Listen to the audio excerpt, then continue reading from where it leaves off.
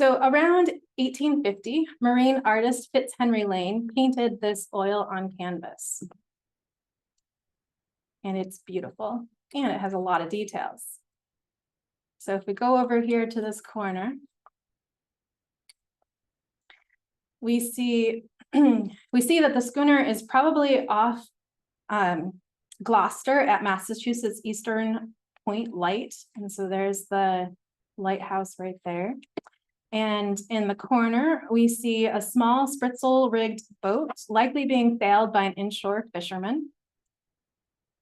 And here we see a coasting schooner leaving Gloucester, possibly with a load of dried cod for the West Indies. And I just love the details. You can really clearly see the anchor. And then I'm gonna brush by the stuff in the center so we can look at the other side first. Yeah, and on the other side, on the left, we have a Gloucester fishing schooner that's bound for the Grand Banks. And fishermen would be hand lining from the schooner and hurrying home once the hold was full of fresh cod. But the thing that we're all interested in is this in the middle. And the subject of this painting and of this talk is the lumber schooner. It looks like it has just tacked to a course for Boston. The topsail still needs to be angled around to catch the fresh westerly wind, and the lumber is piled very high on the deck. The crew works the vessel from the top of the pile. So you can see this guy here, and then you can see the legs of another guy over there. And the helmsman at the wheel, who we can't see, relies on the bow lookout to see forward. So I think that's what that guy's doing right there. But again, just some really amazing details in this painting. And this painting is in the Penobscot Marine Museum's collection, and it's currently on exhibit, so you can come and see it for yourself, but you won't get to see it like this. While this scene takes place off the coast of Massachusetts, it would also have been a common sight off the coast of Maine throughout the 19th century and into the 20th century. This talk will add context to this painting, tracing the Maine lumber industry in the mid-1800s, the close relationship between lumber and water, the destiny of lumber from Maine, plus some stories of individual lumber schooners. So to start, Maine is the most forested state in the United States by percentage. Trees have been an important natural resource for those living here. And a couple important notes about Maine forests compared to other states. Lumber has been an important natural resource and export from Maine for over 200 years. But compared to most other states, Maine is geographically small. And Maine was never the top lumber producing state. In the early 1800s, New York and Pennsylvania produced more lumber, and the top lumber producing states moved west as white settlers moved west into the Great Lakes and then to the Pacific Northwest. Similarly, while Maine has the largest percentage of forested land, it's not even in the top 10 today for states with the largest number of trees. So there's a little trivia for you. And what kind of trees? Tree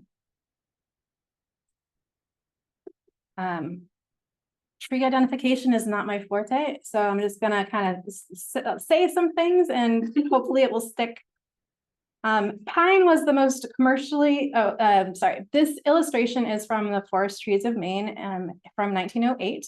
And I'm gonna talk a little bit about Maine trees and their commercial importance if it was written there so I can say it to you.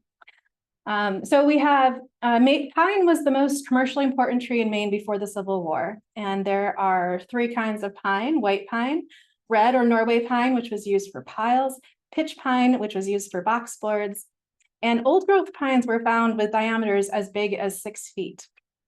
Spruce became commercially important toward the end of the 1800s. Red spruce was used for boards and white spruce was used for wood pulp. The bark of hemlock was used in the tanning industry. Tamarack, or also known as hackmatack or larch, had an important role in shipbuilding. It was used for ship's knees. Cedar was used for shingles. Fir was used for boxes and later wood pulp, but interestingly, fir wood has no odor, so it was used for butter tubs. And also there were hardwoods, beech, ash, birch, maple, and oak. Great, so what was the logging process? Step one, survey the land and estimate the available lumber. And then you need to acquire the land. And then it's time to go into the forest with the logging crew. And that would begin in September. And they would lay out and clear the roads to the river, which was called swamping. They would build a camp and hovel, which was a rudimentary barn for the oxen or horses. The log cabins would be built from materials on the spot, and they would start off with limited furniture, but these men happened to be skilled at working with wood, so by the end of their stay, they probably had more comfortable furniture. The barn hovel was constructed similarly, and also sometimes a shed nearby was built to house grain and hay. The crew consisted of 6 to 9 people per team and 10 to 50 men per camp. So the choppers would cut down the tree, the swampers cut a path from the tree to the road, the barkers would remove the strips of bark to reduce friction for dragging. And the front of the log was attached to a bobsled pulled by oxen or horses and dragged. And this is a Sam Manning illustration from the book New England Mast and the King's Broad Arrow. And it shows that process. They are getting this gigantic log. They're using oxen power to get this log onto these bobsleds. And then they will attach the oxen to the bobsled and drag the log out of the woods. Logs were marked with the brand of the owners. Then they would pile the logs in a dry ravine or at the edge of a river or lake. Logs were marked with the brand of the owners, which was called a log mark, and it was chopped into the logs at both ends and sometimes in the middle. An operator might have a different mark each year, which would tell the age of the log. At one time, 228 recorded marks. There were 228 recorded marks for Colonel Black's logs, and most of them included a B. The final important person on the crew was the cook because he made the food. So supplies, especially food, had to be purchased from bigger cities such as Boston or Portland, and they came to the camps largely by coasting schooners. Molasses was often used in lumber camps, and that came from the West Indies, and it was often traded for lumber. Large-scale logging operations may operate a farm near the camp to feed the lumbermen. The log drive occurred in the spring, and along with the spring freshet, the flood of a river from heavy rain and melted snow. Lumbermen guided the logs from their entry point down the river to the boom. This was dangerous work. They had to go through difficult parts of the river, logs can jam, and accidents can happen. The boom was made with long, heavy logs fastened together with very heavy chains to catch the logs coming down the river. Logs were identified and separated, then made into rafts of about 30 logs. Rafts were also used if the sawmill was above the navigable part of the river. Logs were scaled to determine how much usable board they have and how much they are worth. And as I started researching this and finding out more about this, I'm more familiar in some ways with a cattle drive, and it's really quite similar to a cattle drive, only it's logs and it's happening on the water. So finally, we make it to the sawmill, and sawmills in Maine date to the earliest white settlers. The first in New England and possibly in the United States was built in York in 1623. For example, on the Union River at Ellsworth, the first mill was built as early as 1765, and 6 more were built before 1847. Colonel Black and Seth Tisdale built the largest mills. By 1810, Black's Mariaville mill was turning out 500,000 feet of lumber. By 1828, his mills had a capacity of 3.5 to 4 million annually. Before the Civil War, the Colonel's son, George Black, built a double sawmill of the newest type. It was always important to keep improving the technology. In 1853, Ellsworth had 31 sawmills, 35 million feet of lumber, and 250,000 box shooks were produced annually. I have a lot of information about Ellsworth in this talk for 2 reasons. One, I developed this talk to present at the Woodlawn Museum in Ellsworth. But 2, Colonel John Black, who built the mansion at Woodlawn, kept incredible records, and many of them are still available. So it really helps to tell this story. Many mills were hydropowered and limited to the spring, summer, and autumn, and because of that, some mills worked at night too during the season. The earliest steam mill in Maine was in 1820. So the lumber industry relied on river systems to move harvested logs and sometimes milled lumber. Mills also relied on the rivers. So this is a map of Maine's river systems from the book, A History of Lumbering in Maine, 1820 to 1861. The book was put together by the University of Maine in the 1960s and sounds like it wouldn't be a good read, but it's actually really good, so highly recommend. Looking at this map is helpful. Each river system has its own unique lumbering history and also has many similarities. And we have to remember that Canada is up here, so there's an international element to this story. But when you look at the map and see, well, the Kennebec River starts way up here and it goes all the way down here, and the Penobscot River like has lines all the way out there and they come down here. So they're comparatively large, and it's understandable how Bangor and Bath rose to significance. And it was fun when I was at Woodlawn, because look at the Penobscot area and look at the little Union River.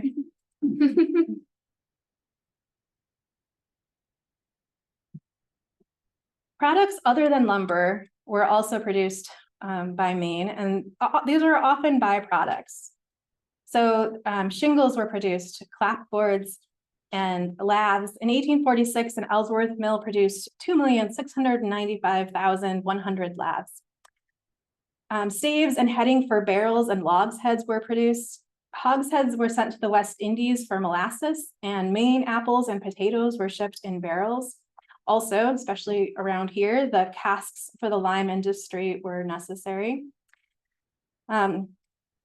Originally, they were made of oak, but spruce was considered acceptable beginning in the 1850s. In the mid-1800s, shooks began to be manufactured, and these were used to construct sugar boxes. For example, Colonel Black contracted with a New York firm to make 50,000 sugar box shooks to be shipped in 4 increments.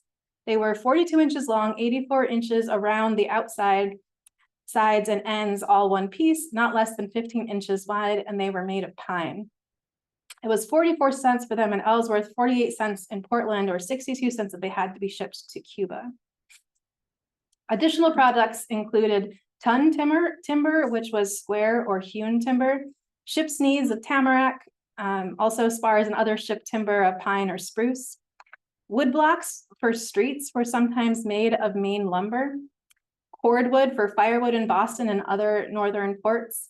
And so there were some lesser products like sashes, doors, hardwood. Also, potash was an important byproduct of this process. And the list in front of you gives an example of what a city or region might produce in 1 year. And this is Orono Wood Products in 1854. So all of these things were made here in Maine, and they end up down by the coast. And then where did it go? Much of the lumber was shipped out of the state, sold in coastwise trade and in foreign ports, particularly in the Caribbean. From smaller ports, it was often shipped to bigger Maine or New England ports. And from bigger ports, to other US ports, to the West Indies and beyond. Leading shipping ports in Maine in the 19th century included Portland, Bath, Bangor, Ellsworth, Machias, and Calais. Bangor claimed in 1842 it shipped more lumber than any other place in the world, which was about 106 million feet. Some companies owned part or all of some schooners, like Colonel Black, but otherwise a schooner had to be chartered.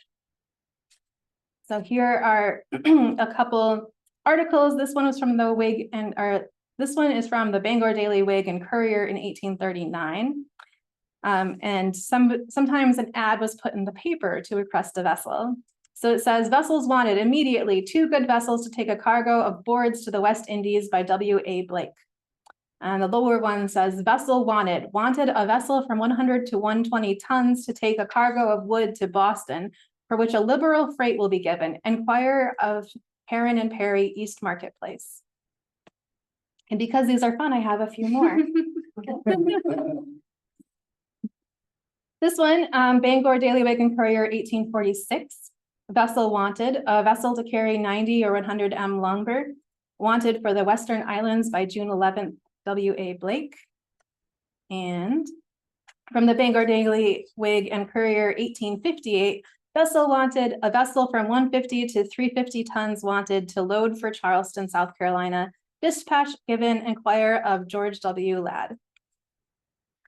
From Ellsworth, Colonel Black sent lumber to Boston, to Taunton, Nantucket, and Nantucket, Massachusetts. By 1850, he had added New York City as a port to ship to. With the discovery of gold in California in 1849, Maine lumber was also sent to California, which seems a little bit interesting because don't they have plenty of wood out there? But we have the mills here to mill it into lumber. Colonel Black sent a load of long lumber, clapboards, shingles, blinds, doors, windows, and other building material on board the Swiss Boy led by Captain Dexter. He got there okay, but he had a hard time selling the cargo, and Colonel Black gave up on California. He's quoted as saying, "From further intercourse with California by sea or by land, I say, good Lord, preserve us." Also worth noting that the Maine shipbuilding industry was importing lumber by the mid-1800s. The history of Maine logging, lumber schooners, and Maine shipbuilding are interwoven. Lumber schooners carried lumber and other wood products to ports along the East Coast and sometimes down to the Caribbean. But I want to take a moment to touch briefly on two other categories of vessels around here that carried wood. First, I have the kiln wooders. These fed the lime kilns at Rockland and Rockport. And I'm going to read a quote from Sailing Days in the Penobscot by George Wasson that helps to bring this to life for us. At one time, bringing wood to be piled into the ever-hungry maws of kilns employed even more craft than did the shipping of the lime itself. They hailed chiefly from Maine ports, but the maritime provinces contributed largely, furnishing a unique class of vessels peculiarly their own, but short-lived and for years since unknown in our waters. These were the famous St. John wood boats. He goes on to talk a little bit more about these, the variety of vessels, and they were generally very basic, inexpensive sailboats. And then he says, a very noticeable feature of wood boats in the kiln wood business was the towering deck loads with which unusual breadth of beam and the comparatively short run to Rockland enabled them to carry with more or less impunity. So high was this cordwood piled that often the helmsman could not see over it, and under certain circumstances, steering was directed by a man stationed forward on top of the load, who bawled instructions aft. Wasson also describes that sometimes these vessels were so full that amidships water stood several inches deep across the deck. The buoyancy of the cargo helped to prevent sinking. So those are the smaller, short distance vessels, but Maine lumber also went farther distances. Maine vessels carried American lumber to faraway ports and also brought foreign lumber back to the United States.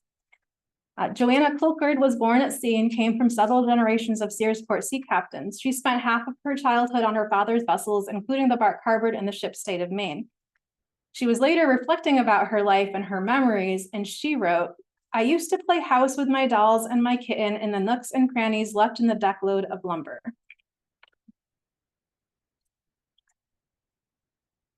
Ruth Montgomery was another sea captain's daughter from Booth Bay. She had an interest in photography and took along her camera on a voyage of her father's bark, Carrie Winslow, which is seen here. And she was doing this about 1900. And again, just the details of these images are pretty amazing. But this talk isn't really about this, so we'll just take a quick look and move on.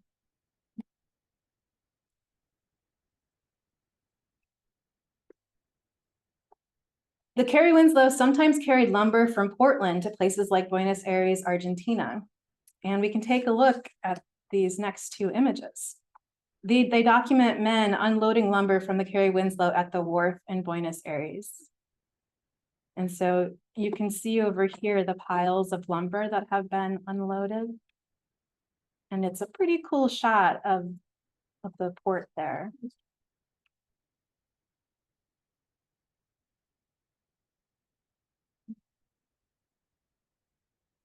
but this next one's even better. How did they get the lumber out of the bark? It appears that they are, there's a hole there that they are unloading it from.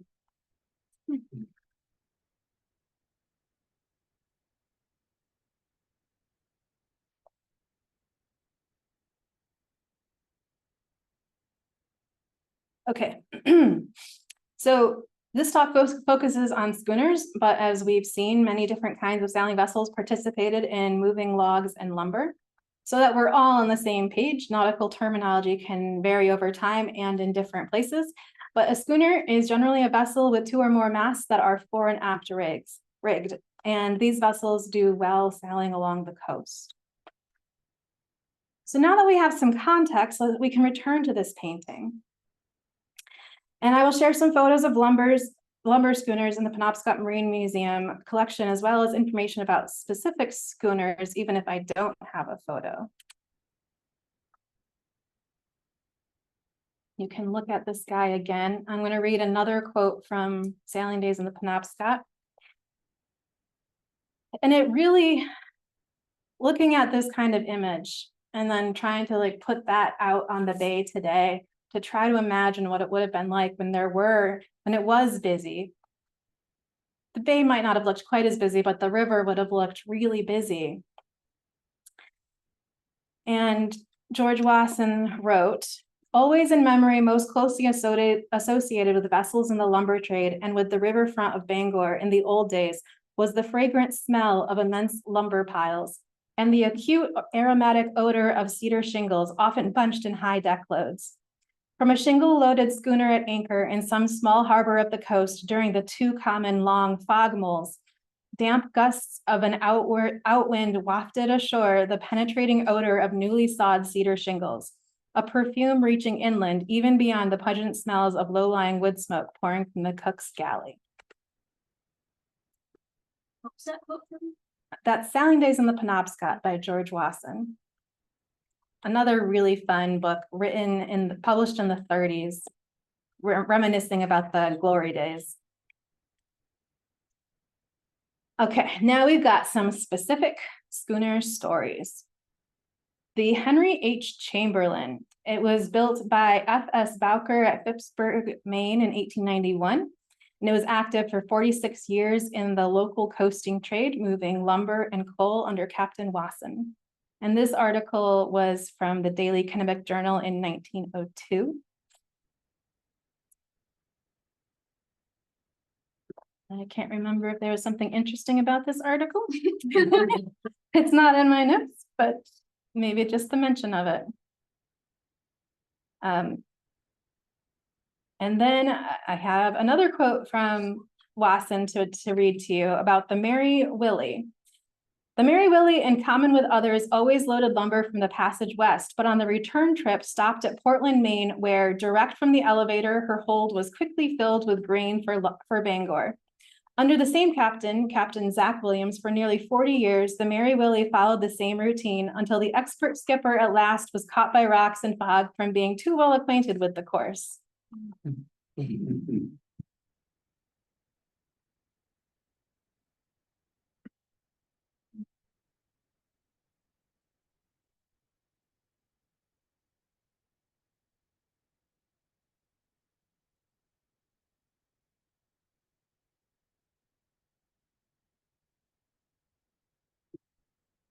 So here we have the mini chase and it's loading lumber in Penobscot.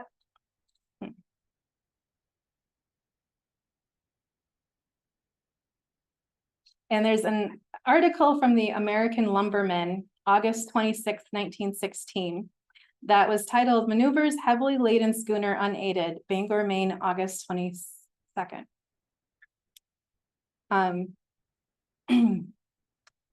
But Bangor lumbermen are congratulating Captain S.W. Woodward of the stout lumber schooner Mini Chase on the accomplishment of a feat that perhaps has never been duplicated by Penobscot River lumber skipper Rather than waste time hunting up a crew, Captain Woodward has just brought his vessel with a full cargo to Bangor from Penobscot unaided. The sturdy skipper, who has been at sea since 1877, when he first gripped a tiller, sailed the heavily laden schooner in fairly good time, although he was forced to anchor 4 times while maneuvering through the difficult narrows. And that was in 1916. And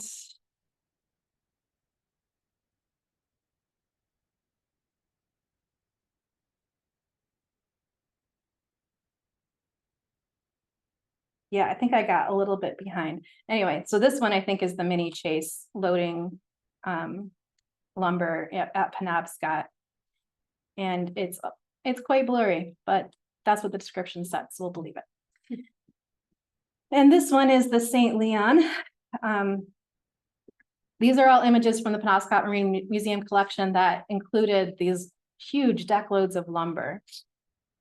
And a story about the St. Leon. On March 16th, 1912, it was sailing from Prospect Harbor to Calais, and it was wrecked at Pettyman, and the crew was all saved, though.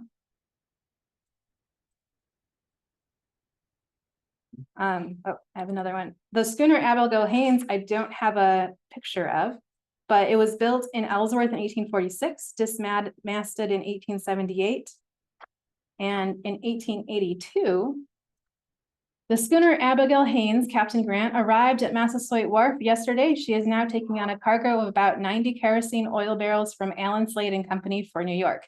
Captain Grant accidentally fell overboard yesterday, an accident that fortunately was not attended by anything more serious than a very cool and unexpected bath.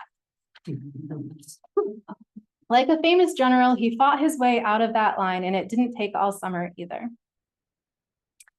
Later in July 1882, Abigail Haynes returned to Massasoit Wharf at Fall River, Massachusetts, with a cargo of boards, planes, and laths.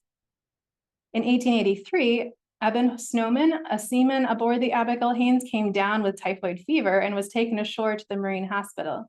We're just getting a little bit of the life of a schooner here. In November 1884, there was a gale in Ellsworth, Maine, and the schooners Altavilla, Abigail Haynes, Luella, Red Rover, and Banner, which were anchored below the mouth of the Ellsworth River, dragged ashore and are somewhat damaged. In 1896, the vessel was loading for Bangor at the Grand Trunk Elevator in Portland. And in 1900, a notice in the Portland Daily Press said, the 2-masted schooner Abigail Haynes, built at Mount Desert in 1846, has been sold on private terms to Captain W.H. Wyman of Chelsea. The Haynes is one of the oldest coasters now in existence and attracts about as much attention as the historic Polly. And here we have the Lizzie D. Small. I don't have any fun stories about this vessel, but you can look at it while I talk about the schooner Ozark, which was one of Captain Black's fleet. It was built in 1852, and in July left Ellsworth for New York with a load of lumber. And then it went from New York to Jacksonville, Florida, and from Jacksonville with lumber to New York, then back to Jacksonville, returned to New York, then went down to Wilmington, North Carolina, where it picked up a load of 31,000 feet of lumber, and it took that to Puerto Rico, then back to New York, and back to Jacksonville, up to Boston, then to Wilmington, North Carolina, picked up 200 barrels of rosin and 106,000 feet of lumber, back to Boston. And that's the first 1.5 years for the schooner Ozark.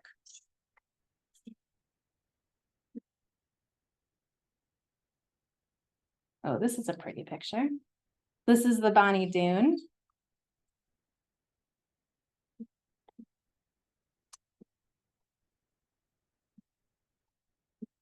See a guy at the back hanging out.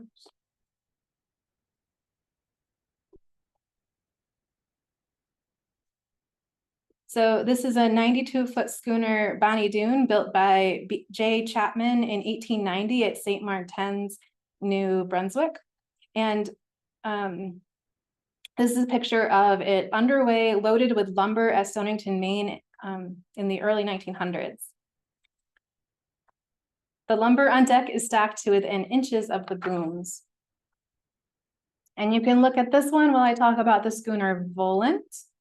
In April 1842, it stopped in Portsmouth, New Hampshire on its way from Ellsworth to Boston, and it made several other trips to Boston that year. Also in December, it stopped in Portland, Maine on its way to Boston from Ellsworth. The early ones are harder to trace. Here we have the Susie M. Plummer.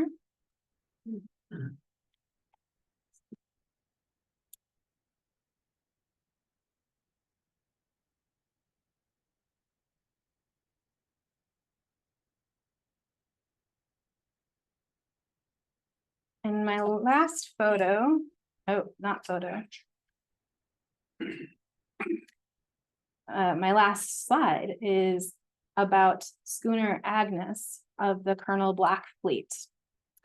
And in 1870, it was lost in the Great Calais Fire. The city of Calais has suffered terribly by fire. We give the particulars in another column. Ellsworth does not entirely escape from loss. The schooner Valhalla, owned by John Black Esquire, and the schooner W.H. Maller, Captain S.J. Murch, owned by the Captain Isaiah Blaisdell, Lewis Friend, Lewis Remick, Owen Byrne, and A.C. Holt were entirely destroyed. Each of these vessels was valued from $6,000 to $10,000. And I will conclude with this blaze of glory. Thank you.